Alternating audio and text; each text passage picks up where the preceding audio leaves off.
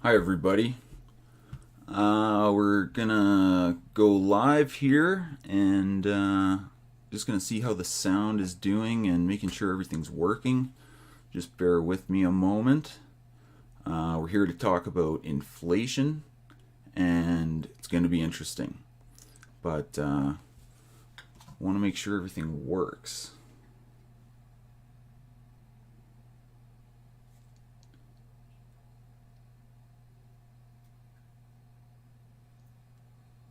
Yeah, I think we are good. We got some feedback. So everything sounds okay, I think. Then we can pretty much get into it in just a moment or two. I don't know how many viewers we'll get live, but people can always watch it after. We'll just give it one more minute here. This is in lieu of the in-person event, just because, not to sound wimpy, but I got surgery recently. I'm kind of slow and uncomfortable, and normal things are just kind of a pain. So we're gonna do this instead because we want to kind of keep the routine going, at least to some degree. Now, let's see. Let's get into the topic. Which is inflation. Now, the thing is, the reason we have to do this is there's just so much bad information about this topic. Everyone knows there's inflation, but when it comes to the causes of it, it's basically a total mess. So when you read like the stupid or dishonest or whatever corporate media accounts of inflation, you'll just get bad, economically ignorant information. And one of the most important things from a kind of libertarian or free market perspective is understanding the inflation problem and why it happens, because it's one of the most dangerous economic effects of government intervention, and it doesn't really get enough credit for how big of a problem it is. But now people are kind of, getting it in their face more. So we're going to mostly focus on why there's a problem in Canada right now. So what caused the current inflation situation? And then we're going to look at some Bank of Canada propaganda.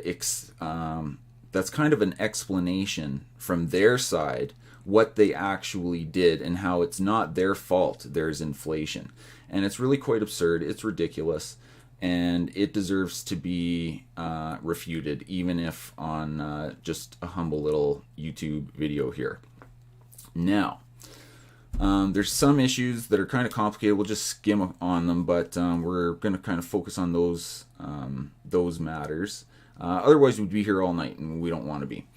So, let's see here. We are, first of all, it's good to see a chart just over a little bit of a period, and this is just around 30 years.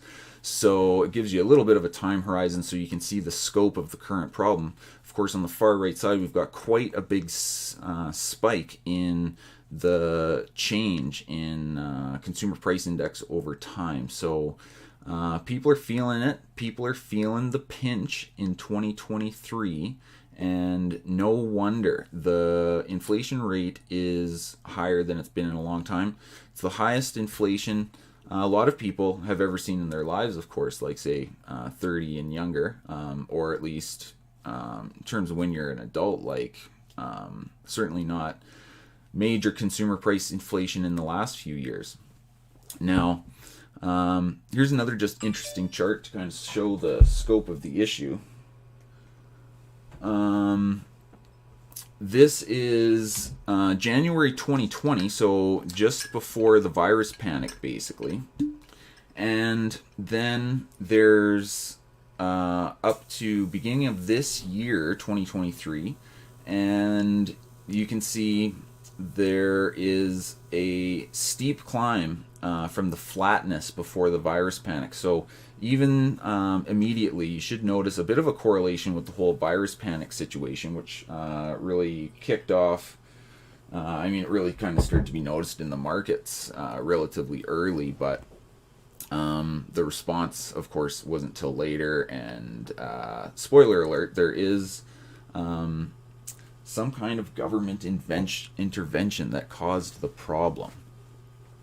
But as you can see here, the food is higher, and that's often the case, and people will probably tend to notice that. But compared to just all items in a certain kind of constructed basket of goods, food has been inflated worse, and that just tends to happen. So that's one thing to think about, the effect of the higher food prices on people, especially poorer people for whom food is a bigger percentage of their income. So there is an inflation problem. Like, it's not a mystery. No one denies it. No one pretends it's not happening. A lot of people a few years ago denied that it would happen.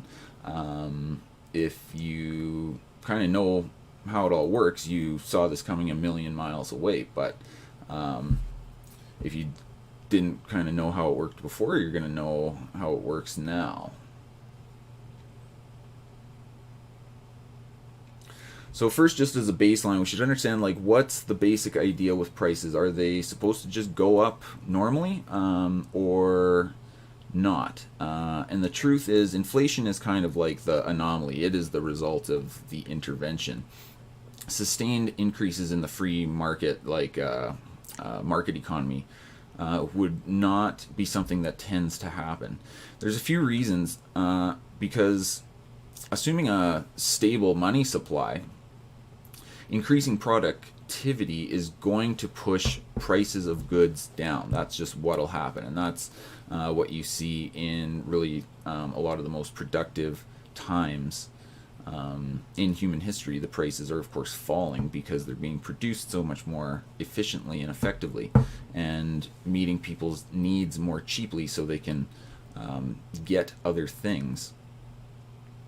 But that's generally kind of a good thing if, just intuitively, if prices are falling, you can understand how, in a way, that's basically you getting richer because you can acquire more goods. So that's kind of nice. That prices falling shouldn't be something you're concerned about. Prices rising, on the other hand, implies you're getting, less. So it's kind of an impoverishment thing. So that should be fine. Now, just prices do go up and down all the time for different reasons, and that itself isn't at all, of course, related to inflation. But the important thing to note is, if I bid up the price of something, in other words, if I'm allocating more of my resources to it, I necessarily am going to have fewer resources to acquire something else. So basically, in kind of a normal market situation, if the prices of some things go up, the prices of other things are going to have to come down. And that's okay. That's normal. Like, there's going to be different situations that affect the prices. That's fine. But the world we live in isn't really like what you'd think in kind of a free market model. It's, of course, got heavy intervention in the monetary system and the economy more broadly speaking. And we do have inflation. Like, we basically never have really consumer price deflation in any meaningful, sustained way ever. And it's always inflating at least a little bit, if not a lot. So the central banker... Oh, what's going on here? So the central banker... he kind of has a situation he's going to prefer. That's going to be what they call price stability. And really that just means slow inflation. Because they don't think deflation is good, or what they call deflation. In other words, just kind of price decreases. But price inflation is basically what they mean by price stability. It's just what they think is the right amount or the ideal amount of inflation. And really, so far, we're using inflation in a little bit of an untechnical term, just kind of for general kind of popular discussion, because inflation as a price increase is not really the same as kind of like monetary inflation, which is really what we'll see leads to the price increases. So there's sometimes some care that we should take, which is inflation as in price increases, or inflation as in new money created, money supply increasing. But anyway, that's a bit of a sidebar. Anyway, what do the central banks want? They want so-called price stability, a little bit of inflation. So there's too much inflation by their supposed standards right now. And they also want low unemployment. So that's kind of their optimum economic situation, which is not the same exactly as the previous situation we looked at, which is kind of the free market model, because there's going to be a tendency towards prices falling in that case. But this is kind of what the modern economic central banker is looking for. And it's kind of the sweet spot based on kind of Keynesian theory that there's this special relationship between inflation and unemployment. And the like, it's a little more complicated than that, but the basic idea is that you can increase inflation to lower unemployment. Now, is that true? Can you do that? Well, sometimes you'll hear the media and the politicians talk as if that's what they can do. But it's actually a little more complicated, because if it were that simple, that, you know, if there's unemployment's too high and you can increase employment by inflating prices or the money supply somehow, then there's something that should be theoretically impossible, which is stagflation. For a long time in kind of the Keynesian system, this was not considered something that really could happen. But what it is it's high inflation and high unemployment. So anyway, in this kind of central banker paradigm, there's this kind of idea that there's this sweet spot that they can achieve with just a little bit, just the right amount of inflation. Because if there's no inflation at all, they think that's bad. But if the inflation's too high, they say that's also bad. So they want a little bit of inflation, and they want to keep the unemployment low.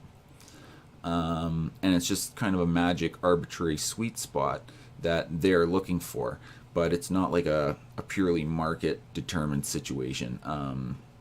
And the stagflation thing, I think, could become an issue later. But now that we know what the kind of free market baseline would be and what the central banker wants, we can kind of look at the current situation and say, how would you get worse inflation? Because that's obviously what we have now, despite what the Bank of Canada and the politicians kind of told us. So, whoa, what just happened there? That was weird. That was like a glitch in the Matrix. Anyway, what causes inflation? So you hear so many bad answers from politicians. You'll hear so many bad answers from the media, unaware people on the internet. It's just kind of how it goes. So one thing you'll hear sometimes is corporate greed. So people are greedy. The big evil corporations are greedy, and they are increasing the prices, which is causing the inflation. So it's caused by corporate greed. That's absurd. It doesn't work that way. I mean, otherwise, why wouldn't the corporations just greed up the prices all the time? It's not possible. You'd be right to suspect that there's something else going on. But you'll hear this in federal politics. Jagmeet recently had some hearing that he was all really excited about, and he talked to some CEOs of grocery companies And he says they're causing inflation with corporate greed. It's just wrong. It's absurd. It's uninformed.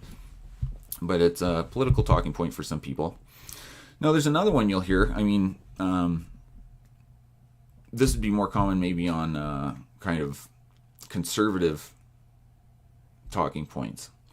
But some will say when you increase the minimum wage, you increase the prices, and so that's inflation, and so you shouldn't increase the minimum wage, or maybe that's one reason why you shouldn't, or that's one reason why you should reconsider in some way. But that's not what the minimum wage does. The minimum wage does have bad economic effects, but it does not cause inflation. We could do a whole thing about the minimum wage, but we'll leave it at that for now. Some will also say that unions cause inflation because they're trying to push up the wages, and there's something economically artificial about the way that's being pushed up, and therefore it makes the prices go up, and so you get inflation. And unions don't cause inflation either. There's issues with unions, especially often when they're the way they intersect with kind of government intervention. That's a problem, but they don't really cause inflation. That's not how it works. Some people will say tax cuts. So again, swinging kind of maybe to the uninformed leftist perspective. They don't like, those greedy rich people getting tax cuts. And sometimes they'll say it causes inflation because, you're cutting taxes so that these people get more money, and then they have the more money, and then causes the inflation. Nope, tax cuts don't cause it either. Now, we've heard that the whole virus pandemic from a few years ago here, or a few years ago, I guess not that long ago, you know what I mean. The whole flu pandemic was often blamed for the inflation issue. Now, this is absurd, but one thing you might have often heard was that, supply chain disruptions because of all this crazy virus and lockdown stuff. There's supply chain disruptions, and that's causing inflation. Well, there were certainly economic effects that led to supply chain disruptions as a result of a lot of this policy and intervention and panic. But supply chain disruptions don't cause inflation. Like, they don't cause prices as such to go up. They affect certain goods because the supply is constrained, so it will kind of increase the prices in those related goods affected by the supply chain disruptions, and that's pretty normal. That's just a simple supply and demand issue, but that's not inflation. That's the supply going down, basically. Different effect. So that's not inflation. And then you would often hear that the war in Ukraine is causing inflation. And while it's true that governments will often do the thing that causes inflation while they're in war, the war in Ukraine is not like causing the big consumer price inflation in Canada, or really all around a lot of the Western world that we see now. There's kind of a certain policy that a lot of people or a lot of countries followed, and it led to consumer price inflation in a serious way.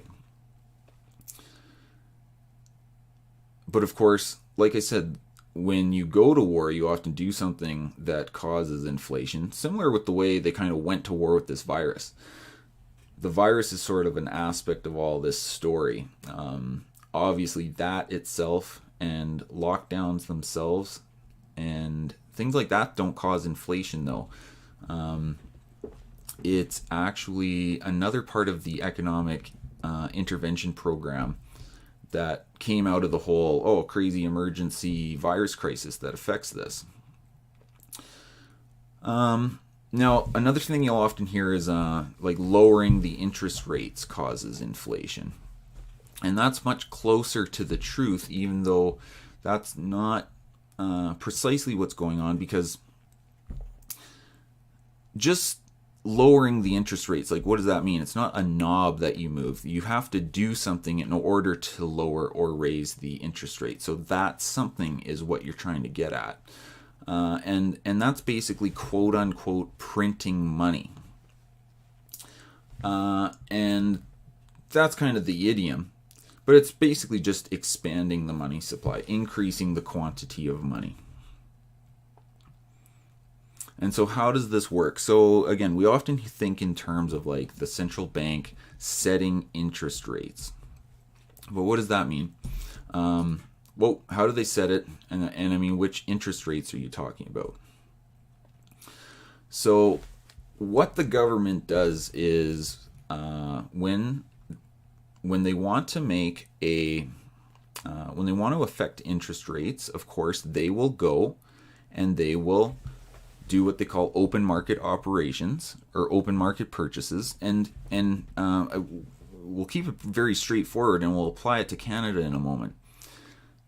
All that happens is the central bank, Bank of Canada, buys some kind of asset, and they pay central bank money for it, like Canadian dollars.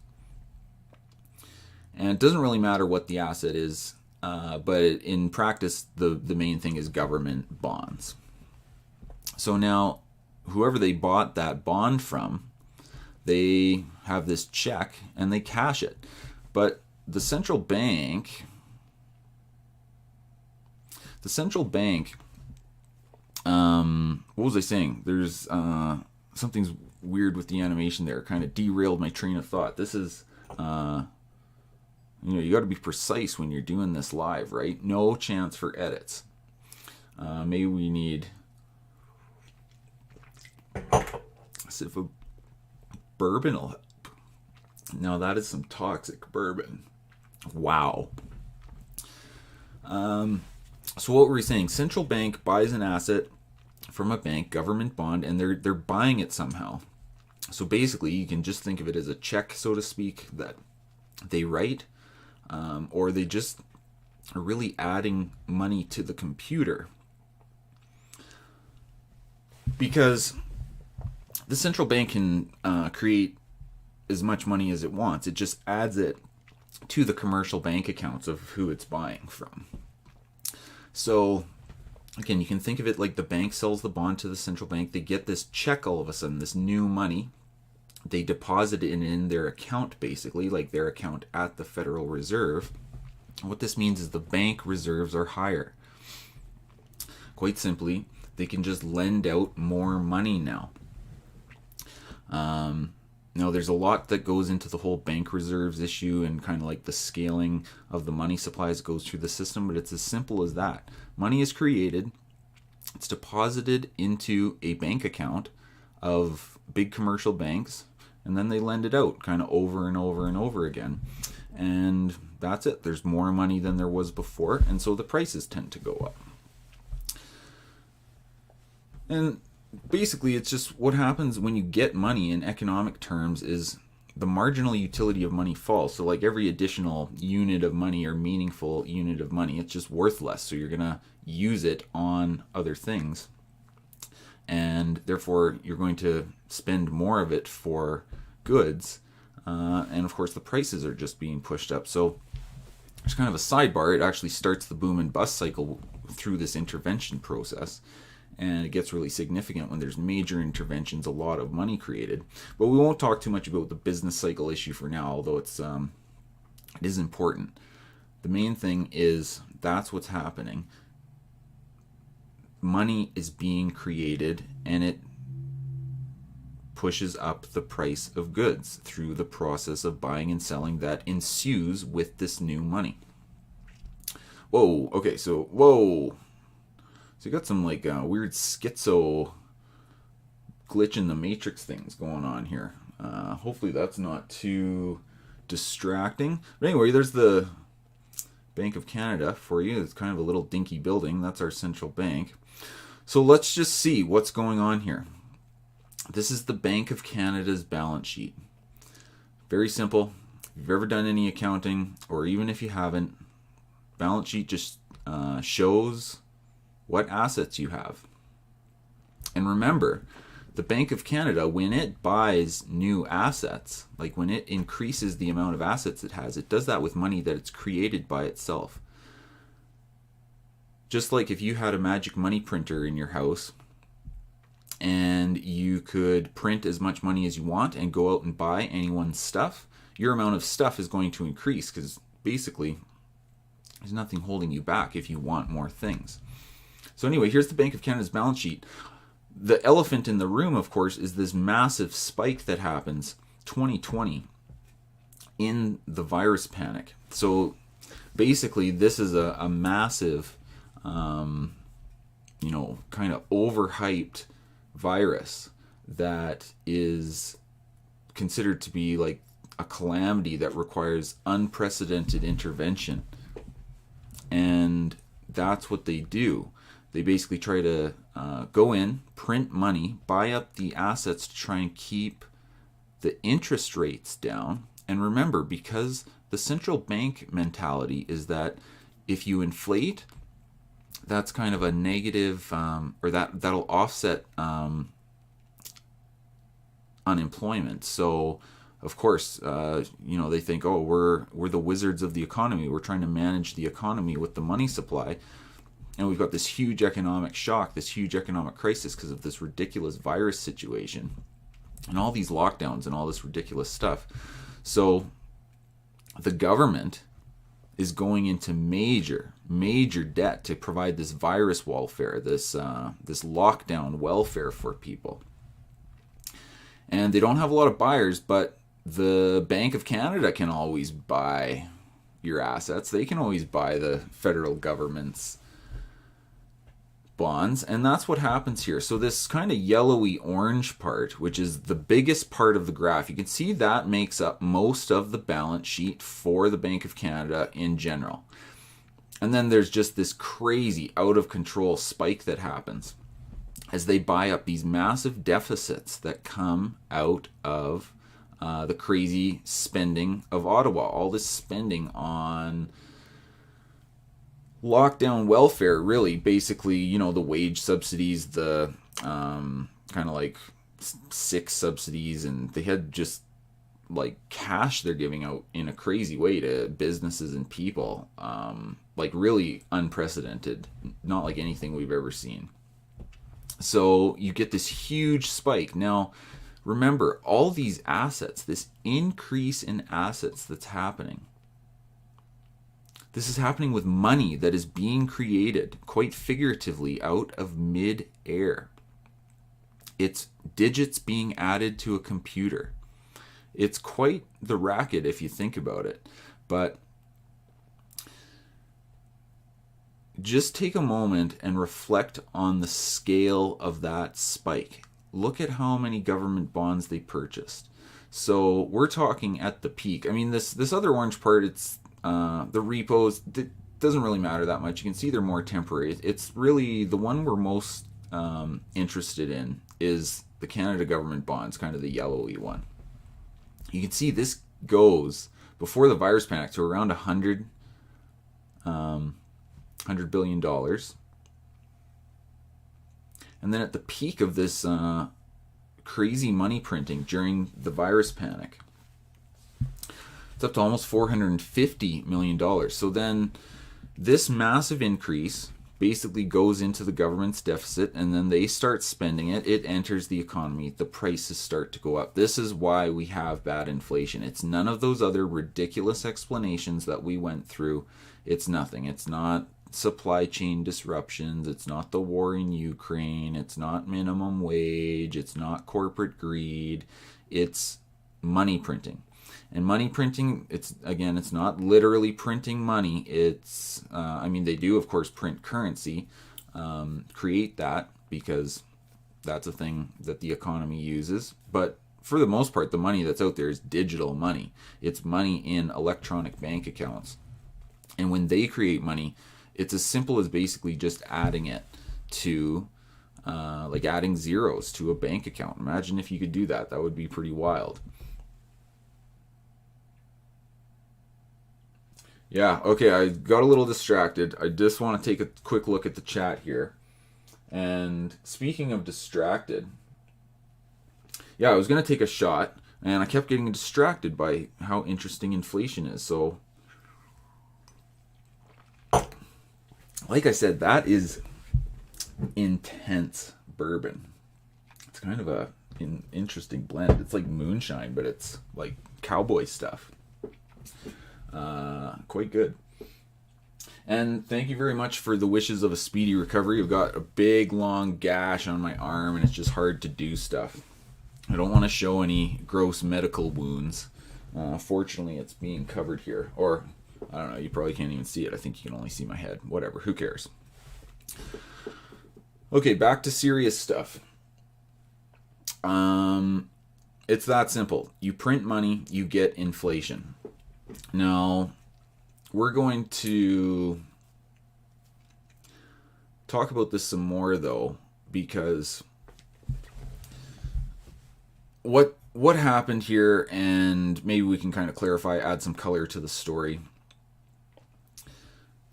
So you can see this chart, which graphs two series. One is the deficits of the federal government, and then one is the Bank of Canada bond purchases. You can see, and this kind of cuts off a little early for our purposes, but the spike is what's important. Look at the immediate spike in response to the virus panic when the government starts spending money like mad. It's in, it's even towards the later part of the government's fiscal year, and it's still like out of control, the size of this spike. The Bank of Canada basically gobbles up this huge deficit spending, buys up the government bonds, and the government's got all this new money that they wouldn't have had otherwise. They dish it out. The prices go up.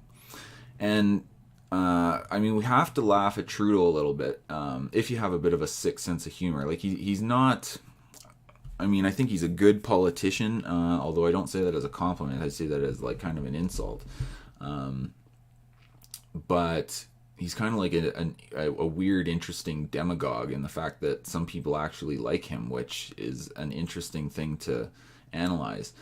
But I don't know if you remember when he was asked at some kind of press conference during the virus panic, as you can tell in the picture from all the masks. Somebody said, "Oh, is this going to cause inflation or something?" And he said, "I don't think about monetary policy. I don't care about that." Now, he wouldn't have understood anything that we've talked about here, like Bank of Canada balance sheets and money printing. But it's the current federal government that really is the animating force behind this problem.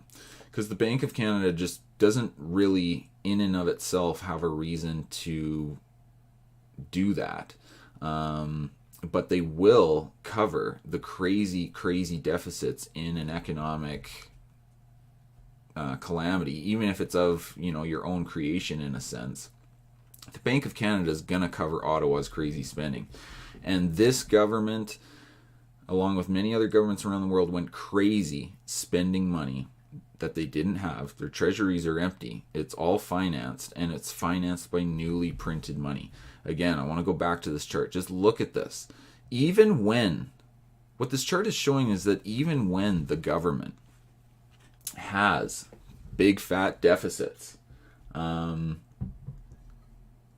Bank of Canada is not buying them. The Bank of Canada is the red line. That's their government bond purchases. And you see these big, tall, blue bars. Bank of Canada is not buying that stuff for the most part. Okay? So, and I mean, some of these are big deficits. The blue bars over here on the left, but they are nothing in comparison to the virus panic Ottawa government spending. Truly insane. And again, it's not like they racked up the deficits and then, pension funds bought it or something with money they already had. It was purchased by the Bank of Canada with new money. That's why there's inflation. Don't let anyone put the shucks on the rubes when it comes to this problem. It's entirely due to the federal government's crazy, out-of-control virus spending financed by the Bank of Canada. So you're suffering now because of them. And of course, let's not kid ourselves. A lot of people were cheering for this. They were cheering for virus welfare. They said, lock us down, pay us forever. Lock us down, pay us more. Lock us down harder, we need more money. The government was just creating new programs constantly, like the scale of like the wage subsidy program for businesses, and the scale of these kind of like individual welfare, kind of social benefit related to the virus. There was a whole bunch of different ones. Just crazy, like nothing we've ever seen, and really hope we don't see anything like it in the future. But now I want to come to the Bank of Canada and how they kind of try and take the blame away from themselves. Because if they're the ones printing the money, they're the ones monetizing the government's debt, maybe they should have been more responsible and, cut off Ottawa's spending, or at least made Ottawa, go to the market and demand or require some serious interest rates, which would maybe squeeze off the spending a little bit. But Bank of Canada was all too happy to oblige, buy it up. But they say this isn't their fault. No. They say we didn't print the money. And this was in the summer of last year. All the Canadian corporate media were putting out this story by the Canadian press about how the Bank of Canada has refuted this idea that they printed money. Okay? So, hey, we didn't print money. We didn't cause the inflation. We didn't print currency to fight the virus. It's not us. It was something else, not me. And it is absolutely nonsense. I remember at the time talking to someone I know who worked in public policy, and we were just laughing at how ridiculous this was, but how unquestioningly this was passed around in kind of like the Ottawa serving subsidized corporate media world. It was just pathetic. So what was this? What did they say? Well, they refuted the idea that they printed money. I told you they basically printed money and caused inflation, and they're refuting that. So who's true, or who's telling the truth? Who do you believe? Any okay, there's a couple questions. Maybe we'll just pause here before we get to dealing with Bank of Canada. Someone wants to talk more about bonds and functions. I don't know. I guess you got to be more specific. There's another question. Any idea how much provincial debt the Bank of Canada bought? Well, that's an interesting question. But if you look at the Bank of Canada balance sheet, I don't think that provincial government debt is a meaningful part of its balance sheet, and we can kind of see that. Let's see. Bank of Canada balance sheet. So I mean, it's going to be insignificant because of the weird glitch in my thing. I'm afraid to go back and go back to that chart. Let's just do it. Whatever. Maybe it'll work. No glitch in the matrix so far. So we can look at the composition of their balance sheet here. Of course, we've got Canada government bonds. Those are the biggest. Provincial money market securities. I guess we'd have to double check what that is. But you see, provincial bonds is on here, along with commercial paper. That's like corporate bonds. They've got all kinds of categories. But some are clearly very huge. Others are very small. Now, the provincial bonds is kind of this, I don't know, bile or beige or brown. I don't know. You can see it. But it's this kind of little bit. It's basically invisible. And they do apparently cover some of the provincial spending during this crazy, because even the provincial governments were in on the crazy spending during this time as well. You got a little bit of a brown line on the balance sheet, but it looks like it's thinned out to very little or almost nothing at this point. The real problem, versus some of these temporary measures, is all this federal government debt that they have. Again, that's this giant yellow section. You can see all these other sort of things. Like treasury bills are more short-term government debt. They've basically whittled that down. All these shorter-term kind of repo programs, those are all over. I don't know, what's this blue one? Anyway, it doesn't really matter, but that's a good question. And, the information is here for us to see. Good question. Okay, so let's go back to maybe refuting the government's nonsense here, or be more specific, the Bank of Canada's nonsense. Whoa, okay.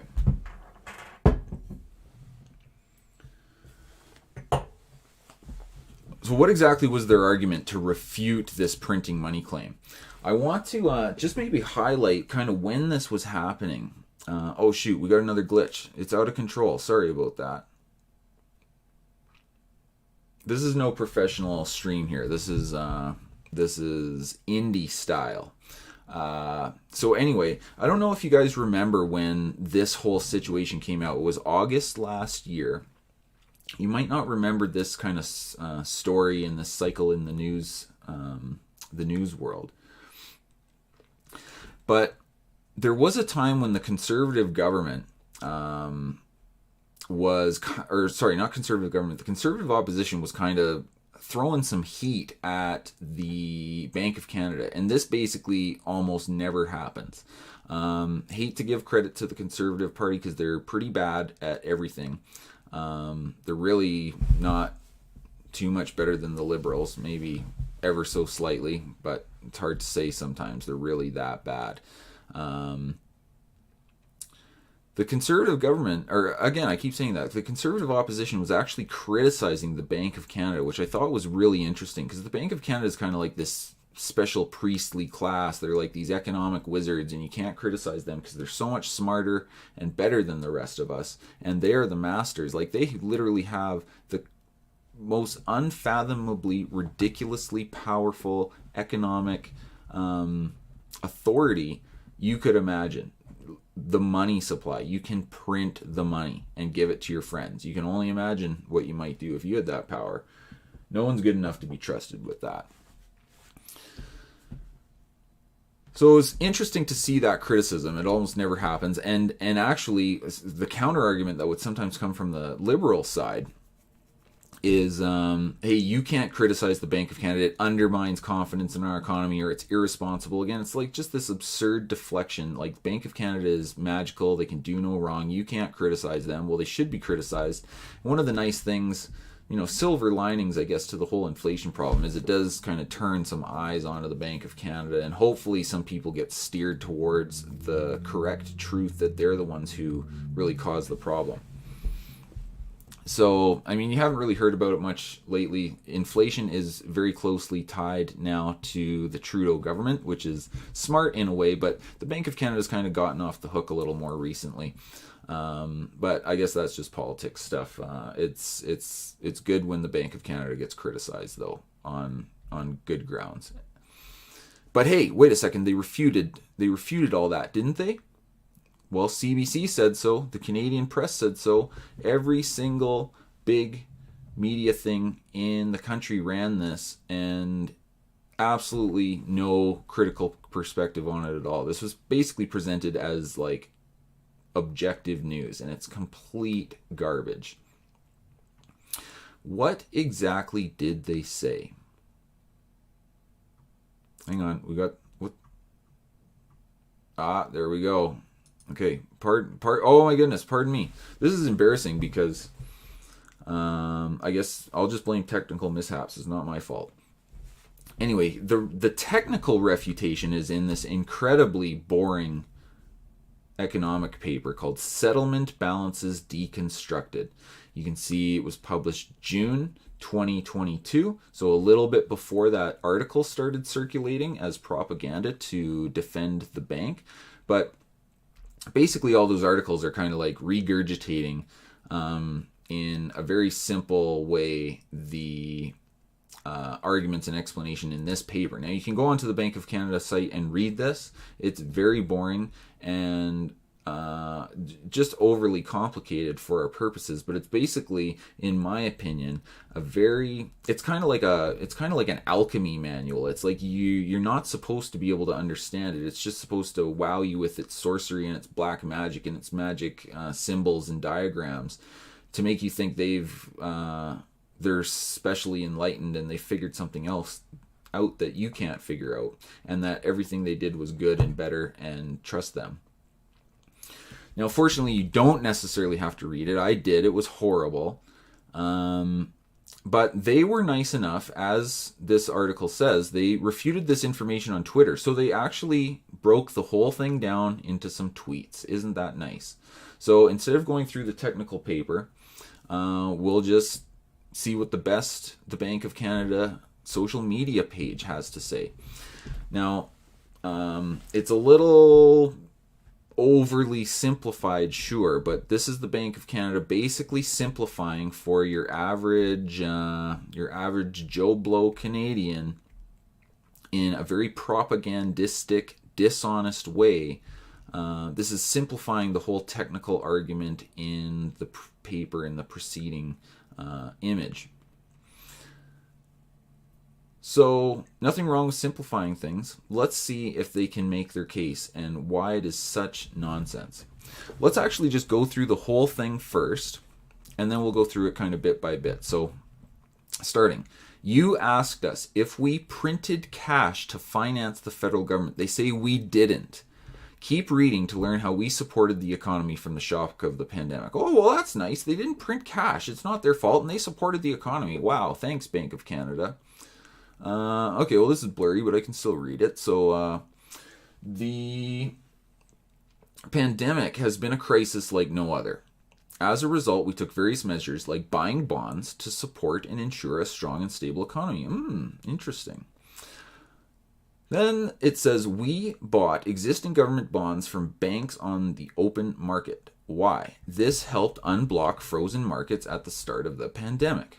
It let households, companies, and governments access funding when they really needed it. Well, doesn't that sound nice, everyone? Doesn't that just sound absolutely wonderful? They helped us. Whoa, hang on, we're out of control again. Buying bonds also pulled down interest rates across the economy. Okay, very interesting. This lowered the cost of borrowing to help Canadians get through the pandemic. That's nice. Bank of Canada, we did not print cash to pay for the bonds, they say. Okay, so this is going to be important, but we bought the bonds with settlement balances, the kind of central bank reserve, a kind of central bank reserve, not with banknotes. So what's the difference? It's very nice of them to explain. They say settlement balances don't permanently add to the money supply. Oh, wow. It's only temporary. Unlike cash, we can remove those reserves from the system, and you can see that we've been doing just that. Read more about quantitative easing. Yeah. Do you really want to read something on a Bank of Canada page? No, you don't. But hey, it seems like they've kind of made a plausible case, haven't they? I mean, they didn't print money. They bought government bonds with settlement balances, which is a kind of central bank reserve. And it's just temporary. And it's not like a banknote. And so it's not like bad. It's good. And look, no worries anyway. Sure, it went up. We bought the bonds, but now it's going down. So we can remove these reserves from the system. Okay. So it seems plausible, maybe. What's wrong with this? It's basically a complete pile of trash. And I don't even know where to start, but we might as well go back to the beginning. So remember, they said we didn't print banknotes to buy the bonds. We used settlement balances, and that's kind of the topic of this technical paper, again, which motivates and informs these simplified tweets. Oh, pardon me. Oh, there we go. So Bank of Canada, let's start. If we printed cash to finance the federal government, that's what you asked. They say we didn't. Notice the choice of words, printed cash. Now this is basically this is the heart of their argument. It depends on taking an idiom like printing money, taking it completely literally turning that into your straw man and then beating up that straw man and saying you've refuted the idea that you created money to finance the federal government and therefore caused inflation by creating money. Because, if we had printed cash, maybe then we would have caused inflation. But we didn't print cash. We did this other arcane monetary alchemy thing that you can't possibly understand. That's why we have to put it into this dishonest tweet for you. But that's the key. Printed cash. When we say printed money, like I said, we're not necessarily talking about printing currency, printing the banknotes. We're talking about digital money in a digital banking world that is added to digital accounts. And banks, commercial banks, have their own bank accounts, just like you have your bank account at the big commercial bank. The big commercial banks have a bank account as well, and it's at the Federal Reserve. And when the Federal Reserve buys something, they buy it from the bank and they just add the money to the bank's account in its reserves. And then boom, you got more money and you're off to the races for inflation time. So this is key. This shady equivocation, or kind of straw man they've created around taking printed cash literally. And I can't stand when people do that, but that's exactly what they did. It's very shady, very dishonest way to argue. So they say we didn't do that. Let's learn how we, and they set it up like, hey, we didn't do anything bad, we did something good. Like, nonsense. So here we're back on the blurry slide here, but so this pandemic was a bad thing. They say, as a result, we took various measures like buying bonds to support and ensure a strong and stable economy. So what they're not denying, of course, is that they did buy the bonds. That's what we saw on the balance sheet, the big spike, the big, yellow spot on the graph. They did buy the bonds. They're just saying we didn't print cash to buy the bonds. Do you kind of see what they're doing here and how shady and greasy it all is? So there's another thing too. They say, and we also didn't just, print cash and buy the government's debt directly. We would never do that. The Bank of Canada here says we bought existing government bonds from banks on the open market. So basically they're saying we didn't just go up to the government when it was spending money for virus welfare and, printing money and handing over cash to them. They didn't do that. They bought it from banks. They bought the bonds that had already been purchased by banks, and then they did it with these settlement balances, which we're going to talk about, but they didn't print cash to do it. So hopefully it's kind of clear what they're doing here. Yes, they bought the bonds. No, they didn't print the cash. That's what they say. But they did buy them somehow. And they didn't buy them directly from the government. They bought them directly from the banks, which supposedly makes it better. But it doesn't, because here's the thing. It's completely irrelevant that they bought, quote, existing government bonds from the banks, because all that means is that the primary dealers who can basically get the government bonds and then sell them, which is big commercial banks and financial institutions, they just front run the Bank of Canada. So if you're the Bank of Canada and you want to buy some government bonds with your newly created money, you could buy them from the government directly, or the bank could buy the new bonds first, and then they just sell them to the Bank of Canada. So it's just they're adding this intermediate step, which is mostly irrelevant to the bigger issue, and they're pretending like this makes it better or create some different outcome. It doesn't. The same money is still being created to buy the bonds.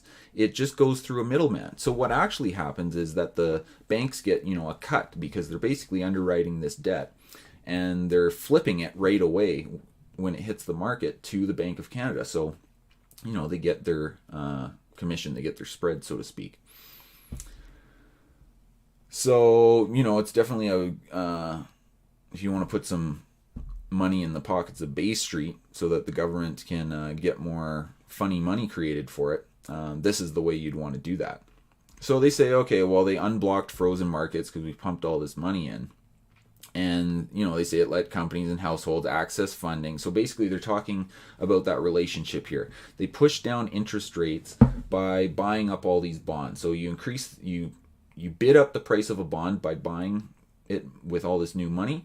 That pushes the yield down. So basically, the interest rate falls. And, supposedly this keeps the economy going. And there's that Keynesian relationship perceived in the central banker's mind that we were talking about earlier. The government's, the lower interest rates are supposedly good to prevent greater levels of unemployment. So that's why they want to print all this money. We use various measures to buy the bonds, but they definitely didn't print cash, they're saying. There you go. Buying bonds also pulled down interest rates across the economy, and this lowered the cost of borrowing, which helps Canadians get through the pandemic. In other words, it basically made unemployment less bad than it would otherwise be. But also it, because of the way the government was dishing out this money, you didn't even really... wasn't necessarily related to someone being able to borrow it other than the government, because it was this lockdown welfare. Now here's the real kicker. It says we did not print cash to pay for the bonds. Like I said, the argument against the Bank of Canada was never that they literally printed cash. That's just the idiom. That's the figure of speech. That's the way people have kind of always talked about this issue in a colloquial sense that is just intuitive and people can understand. It's basically correct. They're saying they didn't print cash because they're taking it so literally that they're saying when we do this digital kind of hocus pocus around settlement balances and buying bonds with these special measures and tools, it's not printing cash. But in our sense, it is. It's the same thing. They're still creating the money, whether it's digital or currency, and they do have to create, some new banknotes associated with this because eventually it'll turn into withdrawals and stuff. Anyway, that's a side point. They did print the money. We saw it on the balance sheet. Just look at the balance sheet. That's all you need to remember. But what's this thing about settlement balances? So what are they talking about?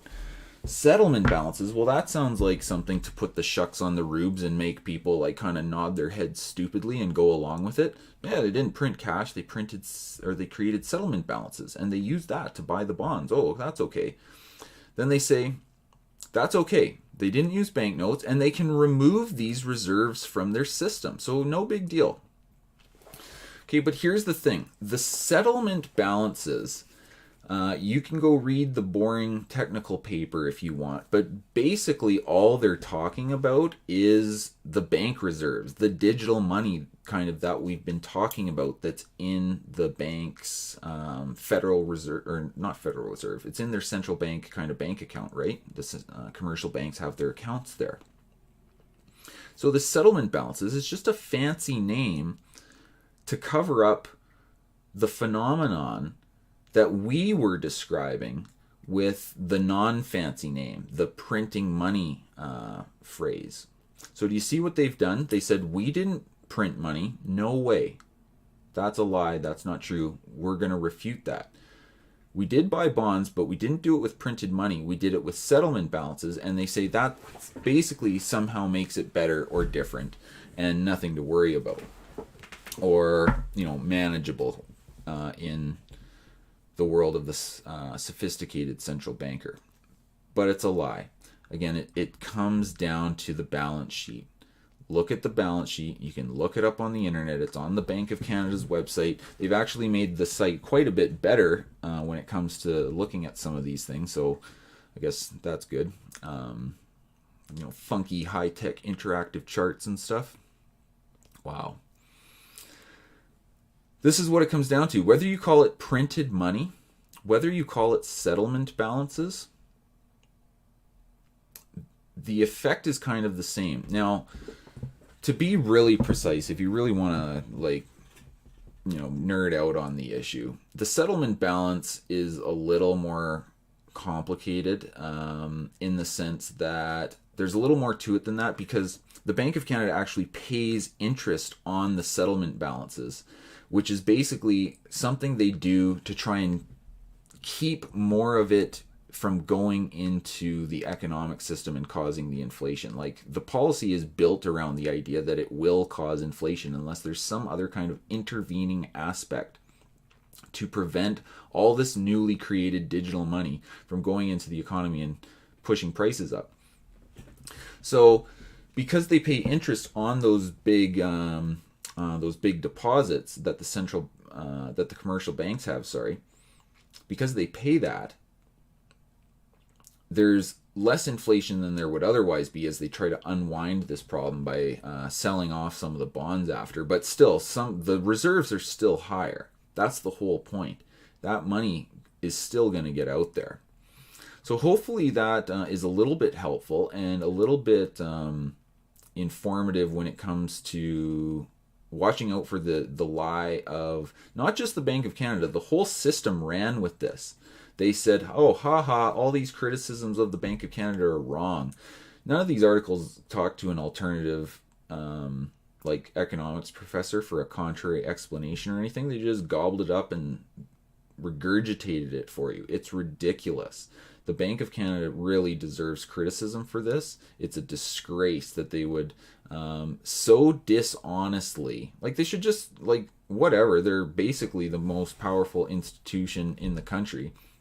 They should just be honest with it. Like, yeah, we created money and, stick with it. We thought we would help the economy. And they probably think they did save the economy. But of course, they don't want to be to blame for the inflation. It's Ukraine, or it was supply chains and whatever. So the last thing I just want to point out on this topic here is when they say it's temporary, the settlement balances, they're going down. Don't worry. Well, that's true. They are going down, but you should worry. Because we're going to go back to the balance sheet. We can already see that the new money is going down. In other words, the assets are going down. So that's the kind of reversal they're talking about. And they say, oh, no worry, it's temporary. But first of all, look at how little they've taken down. This chart is completely up to date relative to the sheer amount of how much they've added. So that's one thing. They've got a long way to go if this is truly temporary. But the other thing is that the way they think they're helping the economy by expanding the balance sheet, increasing the money supply, and lowering interest rates, albeit in kind of this artificial way, think about that in reverse. So you reduce the money supply, you increase the interest rates, you sell off the assets. That's the declining balance sheet. So that's the strain that creates the recession. After this kind of artificial boom created by this new money, when they have to get the inflation under control and they start to unwind it and bring their balance sheet back down, well, what happens? Puts a big drag on the economy. Leads to recessionary pressures, recession, depression, bad stuff. You get, business failures, yada, yada. Not a good scene.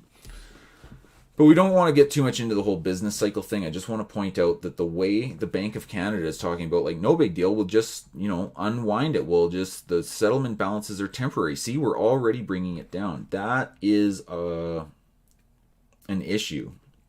Because it's not that the central bank should just have all these assets all of a sudden, but think of the wrenching effect on the economy when you pump it full of all this money and then you start sucking that money back out again.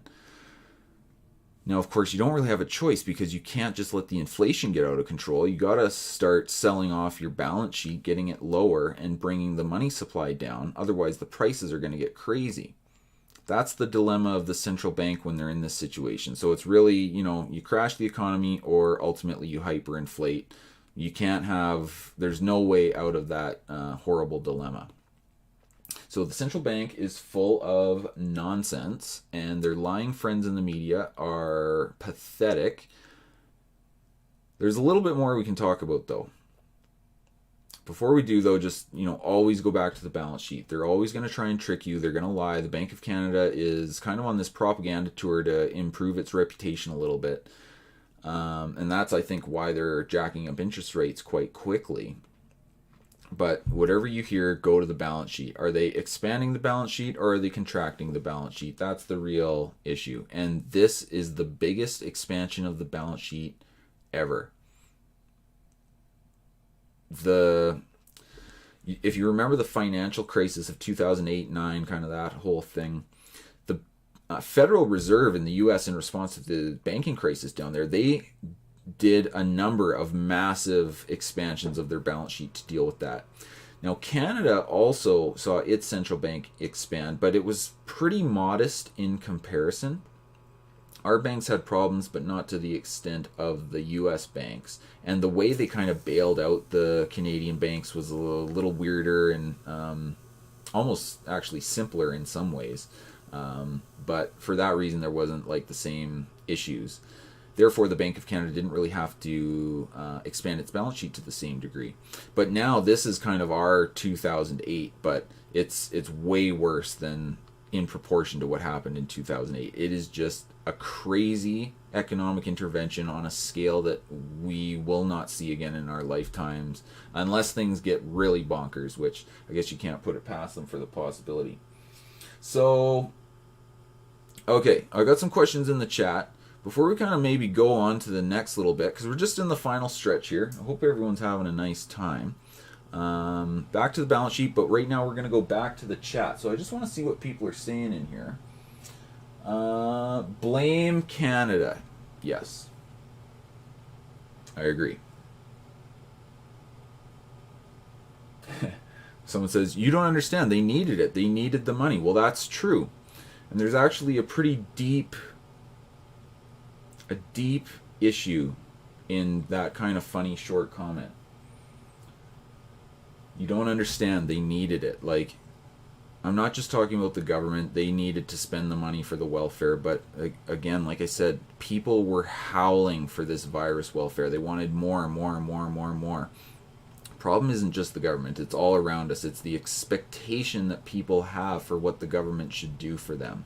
And the whole thing was, I mean, just insane. Obviously, you put your foot on the throat of the economy and you're choking it and you're killing it, and then you start like throwing money at the person that whose throat you're standing on. It's the whole thing is bizarre, but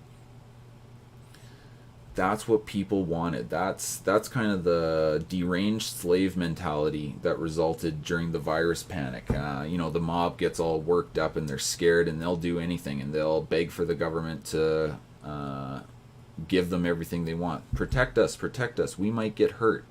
Well, look what you're dealing with now. You're dealing with this huge inflation problem, but on some level it's kind of we're all responsible in a way. Like, obviously some people are a little more tuned in to reality and understand the problem, but I mean, this is a pretty deep collective issue in just Canadian mentality.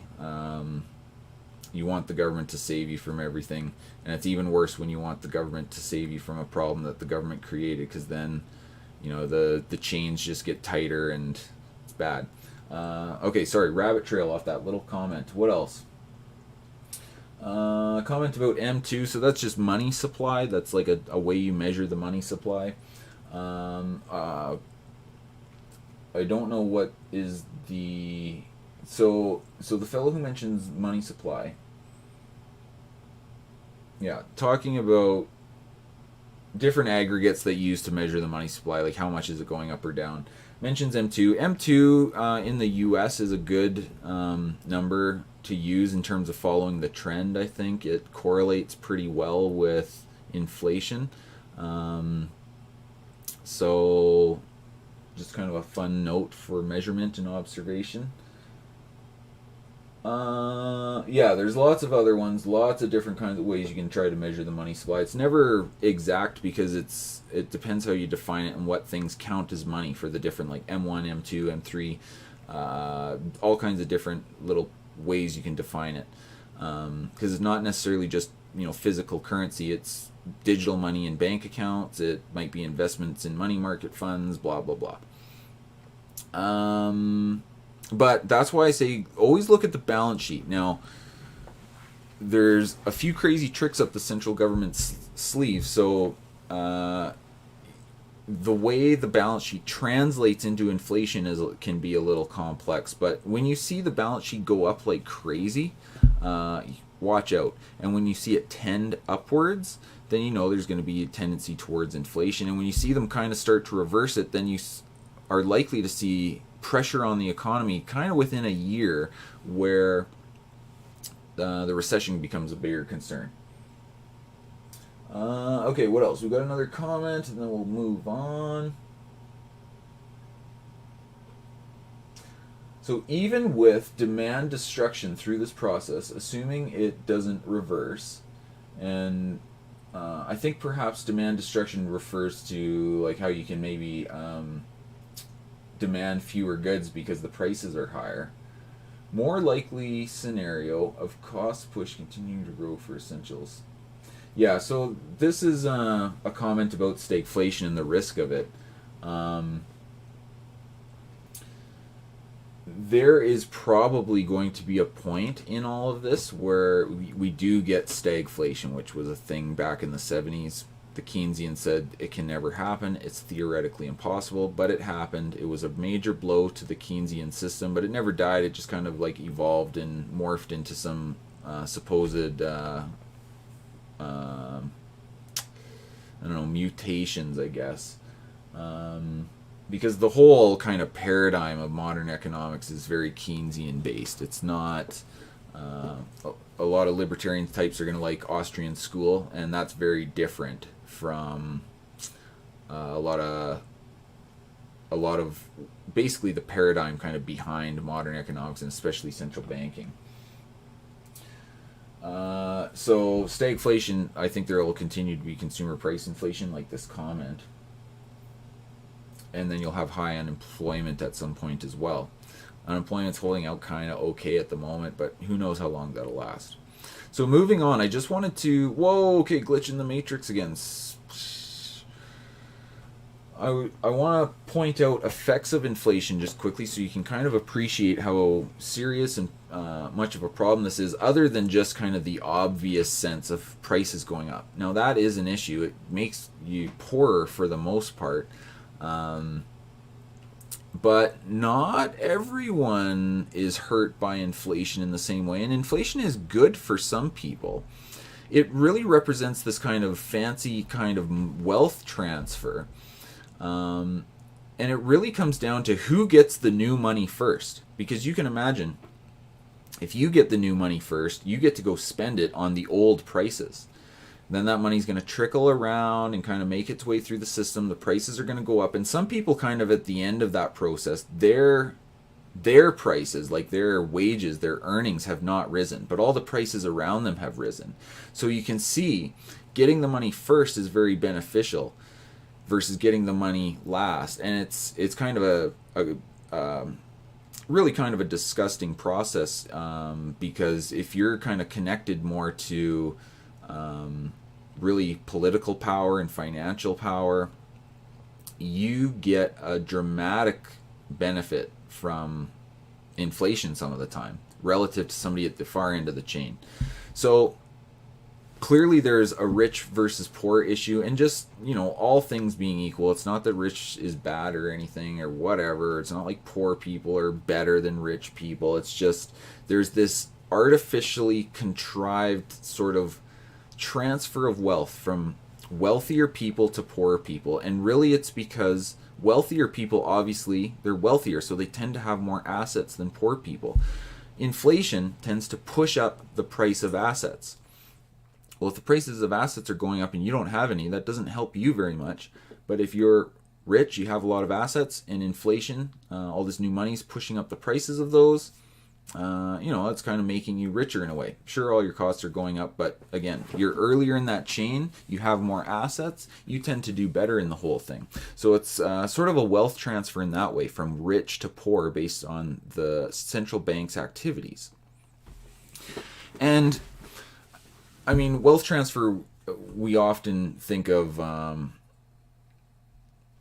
kind of ethically dubious if it's unjustified to like move resources from one person to another. But that's really what this is. It's really taking your purchasing power, but it's a very sneaky way of doing it. But it is essentially expropriating resources from you, or your the wealth you have. So ethically, it's awful. It's really a form of theft, because taxation is robbery, right? Just break it down to the simplest terms. It's counterfeiting. If somebody prints off some phony bills and goes into your store and buys some stuff from you, well, they basically defrauded you, right? It's stealing. So that's what the Bank of Canada does. It's a big counterfeiting operation. It's horrible. But it has the entire modern economic scientific paradigm around it, defending its raison d'etre. And no one in a conventional sense looks at it that way. They think it's a wonderful institution that serves the most important economic role ever. All hail the central bank and its high priests of central bankers. So another thing, we mentioned that already. Who benefits? It's the people who get the money first. And it's just worth mentioning, the people who get the money first are usually the people who are more kind of close to central bank operations. So who's that going to be? Well, since they're buying government debt, obviously the government is going to benefit early. They buy up the assets, they do all the spending, they waste more money, but it's all on lower prices, so they're kind of getting a decent bang for their buck, and then it hits you. All the prices that the government has helped jack up. You're hoping for some scraps coming your way, and you can increase your own wages or your salaries along the way. The financial sector, obviously the banking system, they're underwriting the debt, they're front-running the bond sales. The new money goes through the banking system to exist. It doesn't pop up like in a field somewhere. So obviously the financial sector benefits. A lot of this money tends to go into bad investments, so for like future production. So it ends up kind of piling into the capital goods industries, and it pushes up the price of capital goods, capital equipment, capital assets. So in other words, like the kind of things not that produce something you consume, but the things that produce the things that produce what you consume, like machinery or factories and stuff like that, mining equipment, or ships and trains and things like that. Another thing that's interesting is that it's good, tends to be good for creditors and bad for lenders. So you can imagine if you're a creditor, or no, hang on, what am I talking about? This is the same thing. Good for creditors, bad for lenders. That's the same thing. So there's a typo there. It's good for debtors, not creditors. What the heck is the cat doing there? Yeah, you want to say hi to the cat? Hey, kitty. He's old. He was sick recently. He's a big fuzzy cat. We don't need to get him involved. He's crashing the party. Yeah, he's trying to make a move. He's trying to crash the stream. What do we do? Hey, kitty. Like I said, there's a typo there. It's good for debtors, and it tends to be kind of worse for lenders. Now, you can imagine why. If you've borrowed money at kind of a given level of debt for your whatever your liability is, and then you're getting your hands on new money to pay back that old debt, essentially the debt kind of becomes cheaper because it's denominated in kind of the pre-inflation price. You're paying it back though in the after inflation price. Okay, this cat's got to move. He's causing trouble. Oh, look at him. Let's see, you want to say hi to the cat? Can you see him? Hey, kitty. He's a real troublemaker when it comes to trying to do stuff on the computer. He wants to get in the way. Yeah, so lenders, you're getting paid back in money that's worth less. If you're paying back the debt, you're getting money, and it's basically easier to pay off the debts that you've racked up. Now, another big thing that's an effect of inflation that's really, really important, it kind of gets underrated because it's just a little less obvious. But Hans Hermann Hoppe talks about this a lot, and it's basically like the way the inflation affects like a broader socio-cultural behavioral aspect of people. It's because if you think about it, it creates kind of a context where the expectations are rising prices. So if you think the prices are going to rise, what's your natural tendency going to be? Well, it's going to be to like consume more now before things get more expensive. Buy things now before they get more expensive. Don't save for the future, because those savings will lose more and more value over time. So essentially, it's kind of giving a boost to present consumption, present orientation in general. What you might call like a high time preference in Austrian economics terms, discourages saving. So it basically undermines civilization itself, because civilization is about abstaining from consumption to a suitable degree, so you can build up a capital stock and build a civilization. You can't consume everything you produce and build anything that lasts, kind of by definition. But that's what inflation does. It encourages people to be present oriented. So what is present oriented? Well, it's kind of at the root of basically every social dysfunction we have. Present orientedness, we all know people like this. Some of us have, some people in our families or people in our lives or just people who are kind of irresponsible and don't make good choices because they don't think about the future. That's really what it is. Why would you want to think about the future when the future is just getting more expensive and more, you'll be poorer basically the longer you wait to consume. Think about how that would affect, kind of like rewire your thinking.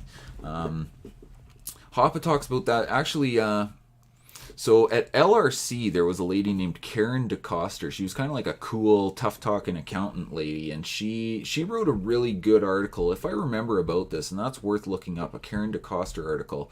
Kind of more of a popular tone, but it was really good, I think. I might be mistaken, but I think she was kind of building on the Hoppe idea for it. And I think Holman... I think at Mises Institute, I think he wrote a more scholarly article about the way currency devaluation like affects sort of the behavior. Really worth, I think, giving more attention to that issue. Kind of an underrated but very deep and powerful effect of inflation. And then, as I mentioned a little before, it causes the boom and bust cycle. So kind of, again, in that paradigm we talked about, you kind of juice up the economy with the boom, with the lower interest rates, which are caused by printing the money.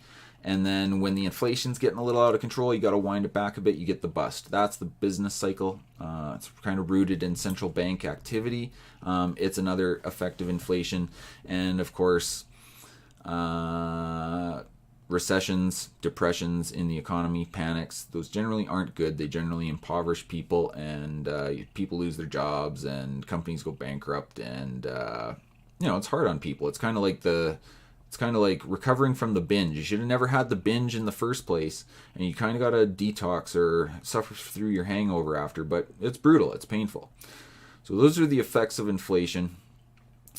Business cycle theory, like, we're not going to get into it. It could be a whole big presentation, but it's just worth maybe giving a hint about, like we did before.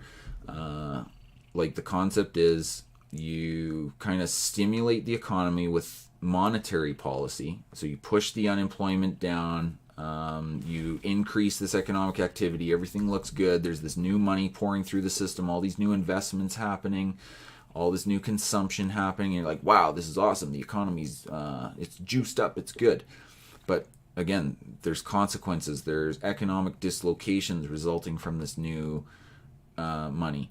There's inflation that's going to start happening, and remember, the central bank only wants around 2% inflation in its magic perfect equilibrium world. So then they wind it back, you get the bust. And really, Austrian business cycle theory, more specifically, it's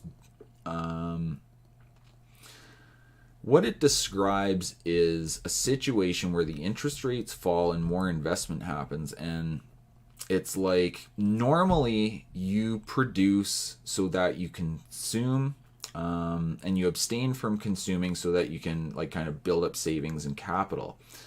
But there's kind of a natural relationship there, and what happens with the central bank manipulation is it's kind of like they make the economy think there's more savings than there really is, because they haven't really increased the amount of savings. They've just put kind of funny money into, like monopoly money, if you will, into the banking system. And so it creates all these new economic plans and investments, but there's no actual like consumer need that exists that these projects are for, because it wasn't like a natural market process that determined this investment. So eventually, you know, a lot of these projects discover they were uneconomical. That's the bust. When you know, some of these new investments are just going to be not, or they're going to be submarginal economic businesses. They're going to go broke. They're going to go bankrupt because the consumer can't support them. They haven't actually developed enough real resources, you could say, to support these phony investments that have been created with fake money that's been created. Well, real money, but digital money. You know what I mean. Okay, we've got a few other comments in the... Whoa, glitch in the matrix. Sorry that keeps happening. I don't know, maybe it's the mouse. I'll figure it out someday. Who cares? It doesn't really matter. Okay, a few other comments in the chat here. Approximately $2 billion in government business loans for otherwise unqualified business during COVID. Let you guess which provinces account for half of those loans. Yeah, no kidding. So obviously, I mean, that's a really good point. That's really interesting. I guess it's kind of a little separate from the bigger inflation issue, but it's interesting because part of this whole spending bonanza was just like a total scam. It was basically using the crisis in the classic government sense, like never let an emergency go to waste, and they were using it to enrich their crony friends because there was basically no limits on the money they could spend. And so, of course, all these greasy, disgusting politicians are going to line their buddies' pockets. Like, I don't know. I don't remember the specifics. I think there's one good story about a mask factory that was like the friend of a liberal minister, and he just gets all this money, but they never produce a mask. And there's a bunch of stuff like that. Don't quote me on that, but there was a bunch of stories like that. Scandalous virus crony capitalism stories. And that's how it is. That's basically every big government war, like whether it's a war on a virus, a war on drugs, a war on terror, it's always going to be a mix of pure incompetence and just scamming the system and enriching the cronies. It's always like that. So another comment, in 2015, Canada had nearly $1 trillion in base currency, and the U.S. had only 3.6. Yet we're a tenth the population. I also don't understand how it didn't increase the balance sheet equally. I'm not sure I understand the question, but there's a point there about the proportion of Canadian base currency seems kind of out of whack relative to the size of the base currency in the United States, given that the United States is like 10 times bigger than we are. I'm not sure what's up with that. I'd have to look into that. Yeah, I don't know. I'm stumped. Or maybe I don't know. I honestly don't know. Sorry. I hope you can find the answer. Or I'm gonna look into that maybe a bit later. All right. So I was gonna kind of wind up here. I'm glad you stuck with me a little bit, but I'm gonna wind up with a bit of just a few kind of quick, simple predictions. I'm not a prophet, but I think this is kind of most likely. And you know, even within this, there's a range of possibilities, but I think we're probably going to be paying for this virus welfare, crazy spending and money printing for quite a long time. I think it's very likely that we will have high inflation in kind of the 5 to 10% range, and that's just kind of using the standard consumer price index kind of method, which is a problem, but it's just a reference we can use. You can always use a different measurement tool. But I'm saying we'll probably have like kind of mass inflation, high inflation. I think in any kind of hyperinflation situation, which doesn't seem like totally outlandish or crazy when you look at the scale of the balance sheet increase, because remember, all that money, with the way the fractional reserves work in the banks, like the bank is going to deposit the money in another bank, and then it gets deposited in another bank and another bank. It keeps going through the system, and each time it's pyramided on top of itself, because you probably know how this works, but if I put $100 in the bank, they only have to keep $10 as reserve, and they lend out 90. Well, that 90 gets lent out to somebody, and it gets spent and put into someone else's bank account. Well, they only need to keep 10% of that in reserve. So then 90% of what the subsequent deposit, you can see how it just expands like crazy. And that's where the inflation problem comes from. Even so, though, even with that scale of the balance sheet increase, I don't think hyperinflation is extremely likely. And the main reason I think that is just because the central bank will crash the economy hard if it is needed to protect the big commercial banks. And hyperinflation is not good for the big commercial banks. There has really never been an example of hyperinflation in kind of the Western world in these modern central banks, for all their problems and the corruption and the flaws in their economic system and theory and the whole kind of scandalous basis behind it. Their number one priority for any central bank is really protect the big banks, and I think they will do that. They would crash the economy before they would let hyperinflation happen, in order to not have the hyperinflation effects ruin the big commercial banks, because it would basically destroy the dollar. It would be a huge mess. They would rather have everyone lose their job than destroy the banks. Might they screw up their master plan? Maybe it can get out of control. That's always possible. It might be worse. I just don't think hyperinflation is extremely likely at this stage in kind of the the breakdown of the modern system.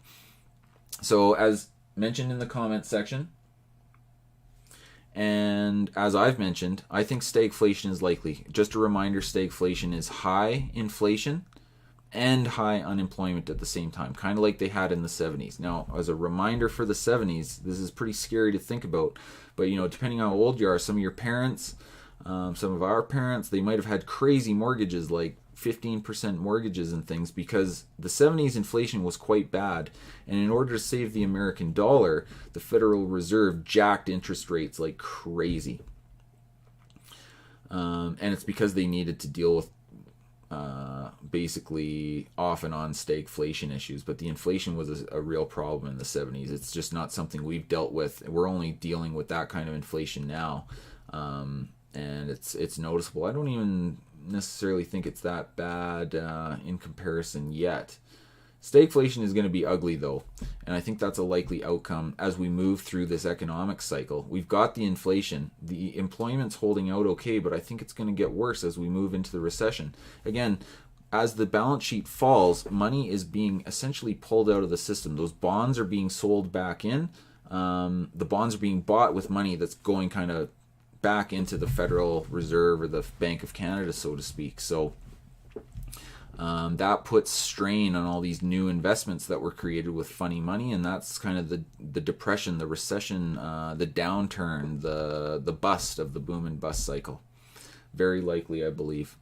Finally, during all this, because the government grew so much, of course, during the virus, but as all these economic problems unfold, they're going to just grow even bigger, because they're going to have new programs, they're going to have new bureaucracies, they're going to have new spending.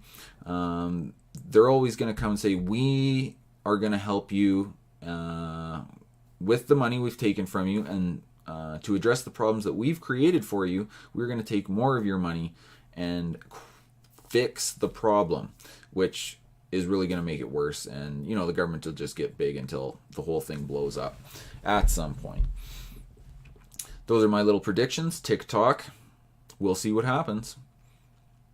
So that's the end. I thought I'd leave you with our charming Prime Minister's face. He's an expert on monetary policy. I'm sure maybe he even tuned in for the live stream so that he could learn this. So let's check the chat here again.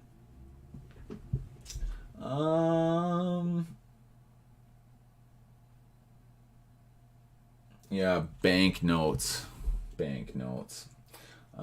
So you don't think they'll hyperinflate and then do a Bretton Woods 3 with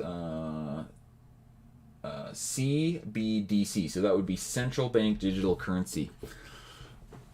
I don't know where all of this is going, to be honest. I'm not sure how this central bank digital currency is going to pan out. It might be kind of I don't know if it's going to be the issue that some people think it is. I think there's kind of some different issues around it. I mean, that's a possibility. Basically, the idea that the chat comment is talking about is they hyperinflate the system, so they destroy the value of the dollar. But again, because when you're getting that new money that's being created, you and your friends, you're buying up the assets with this new money, and everyone else is being kind of expropriated to oblivion because they can't keep up with the people who are getting the new the new money at this incredible rate.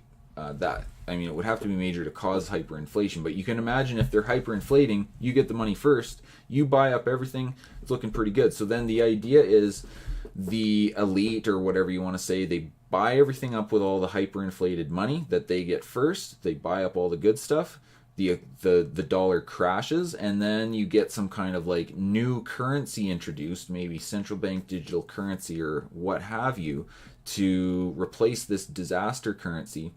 The bad guys who ripped us all off, they've got everything, and we've got this crappy new currency, but everyone lost all their property, all their wealth in the big hyperinflationary disaster. I don't know. It's possible, but I think it would be... I think honestly the central banks themselves might be scared of trying to do something like that.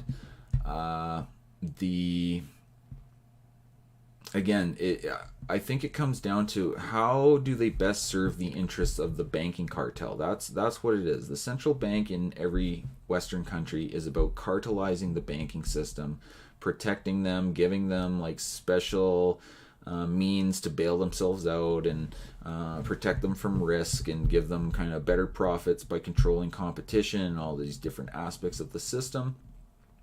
It's a big problem, but because the system is geared towards protecting those big banks, because economically I don't think hyperinflation actually helps them that much, because it wipes out heavily. It can wipe you out if you're heavily leveraged, and basically every modern bank is like on a razor thin margin of how tight its ratios are. And I don't know. I mean, I could be wrong. It could definitely... I wouldn't say it's impossible. I just don't know. I'll be honest. I don't have a crystal ball. I guess we'll see one way or another. And I don't really know where the whole central bank digital currency thing is going. I'm kind of in a very curious what's going on. It might just be some half-baked ideas, and maybe there's not a big incentive to do it. Like Bank of Japan, which is one of the more powerful central banks, they said, it's kind of a waste of time. And maybe it's just a fad. I don't know. I really don't. There's obviously big control issues that are associated with it, and so you can see why the state and its friends in the central bank would have interest in it. I just don't know what's going to happen. Happy to have been with you there in the chat, my friend. I hope you do make it out in person. Again, we're just doing this because I'm slightly gimped. I'm slightly crippled after some surgery sort of recently. And I'm just a little slow. It's hard to carry around like the usual lecture presentation gear, blah blah blah. But we'll be back soon. We're getting together next week in person. You can check up the meetup page for that. Oh, also, before we go, okay, before we move on to that, I've got another comment in the chat. So it looks like the question is, what do you think Bank of Canada would better to do? So, in my opinion, you know, it's a terrible mess they've created, and you can't go back in time. So that's the first obvious thing. It's not very helpful to say, but even if you put a crazy, radical, anti-Bank of Canada person, say, in charge somehow, and I've got this situation, you know, what would I do? Or what would I recommend they do if they decided to listen to me, which of course they should? I think, so ideally, we don't really want central banks like this. It's kind of a scam. It props up a cartel with all the negative aspects of a cartel, except this cartel controls like the money. So it's like the heart of the economy is kind of screwed up under the modern system. And that aside, if you're trying to deal with the current situation, the goal would be, if the ideal is that you don't want the central bank to kind of exist, you just ultimately want to get rid of all its assets. So that means all the assets that it purchased, you want to sell them. Now, the issue with that, as we talked about, is once you start selling the assets that you've acquired, all these new government bonds, you start sucking the money out and putting the bonds back in.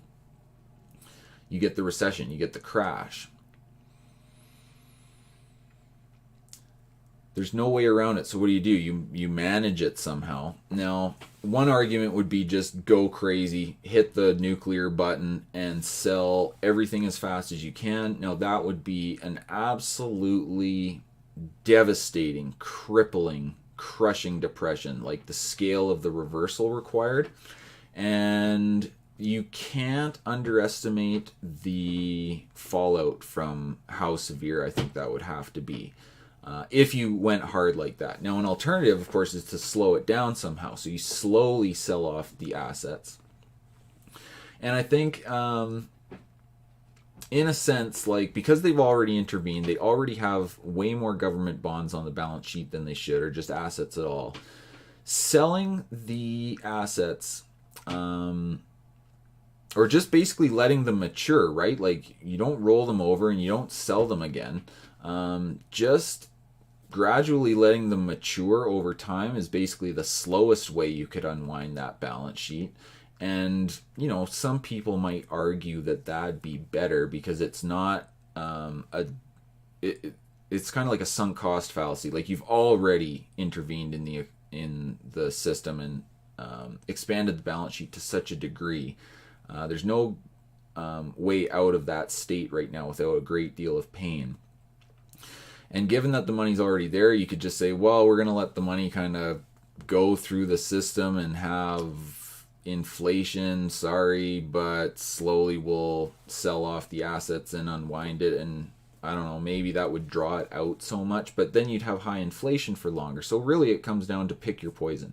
Do you want to risk destroying the currency by unwinding too slowly? Do you want to risk severe, brutal, long-term inflation because you don't unwind quickly enough? Or do you like go into nightmare Armageddon depression and get it over with quickly but at great cost? That is the dilemma. And honestly, even if you're a hardcore radical libertarian, it is hard to know what the best option is. It's ugly, and we're all going to suffer unless you work at the Bank of Canada or unless you work in Ottawa.